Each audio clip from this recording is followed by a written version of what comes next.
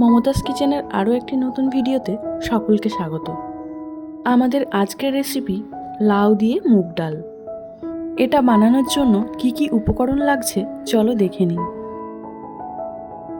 একটা ছোট সাইজের লাউ এই রকমভাবে ডুমো ডুমো করে কেটে নিয়েছি।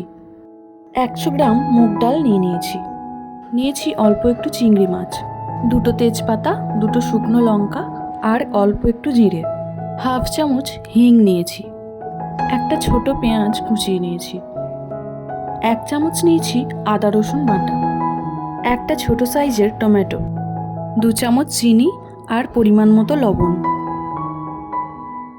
নিয়েছি, 1 চামচ হলুদ গুঁড়ো, 2 টেবিল চামচ সর্ষের তেল, 1 চামচ ঘি, 1/2 চামচ গরম মশলার গুঁড়ো আর নিয়েছি 2 কাঁচা লঙ্কা। আমার সব উপকরণ নেওয়া হয়ে গেছে, চলো এবার শুরু করি। কড়াই বসিয়ে শুকনো কড়াইয়ে ডালটাকে নেড়েচেড়ে অল্প লাল লাল করে ভেজে নেব। ভাজা হয়ে গেলে ডালটাকে ভালো করে ধুয়ে নিতে হবে।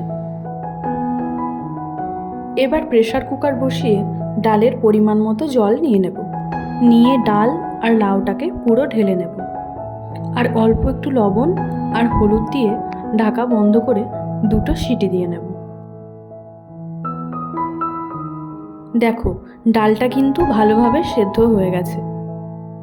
এবার কড়াই বসিয়ে অল্প একটু তেল দিয়ে শুকনো লঙ্কা, তেজপাতা আর গোটা জিরে ফোড়ন দিয়ে দেব।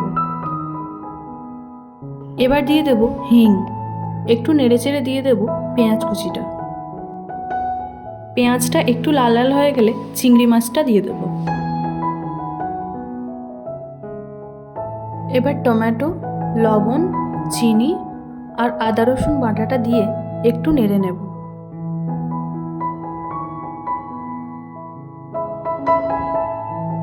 এবার হলুদ দিয়ে অল্প একটু জল দিয়ে মশলাটাকে ভালো করে কষিয়ে নেব।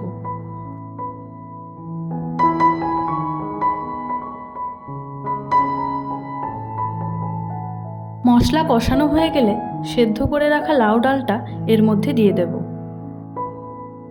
ডালটা ফুটে উঠলে ওপর থেকে গরম মশলা, ঘি আর কাঁচা লঙ্কা ভেঙে ছড়িয়ে দিয়ে নামিয়ে নিলেই তৈরি আমাদের এই লাউ ডালের রেসিপি। অবশ্যই তোমরা বাড়িতে ট্রাই করো আর তারপর কমেন্টে জানিও কেমন লাগলো। ভিডিওটা ভালো লাগলে প্লিজ একটা লাইক করে দিও। আজ এতটুকুই, পরবর্তী ভিডিওতে থাকছি আবারও নতুন কোনো স্বাদ নিয়ে। ততক্ষণ ভালো থেকো, সুস্থ থেকো।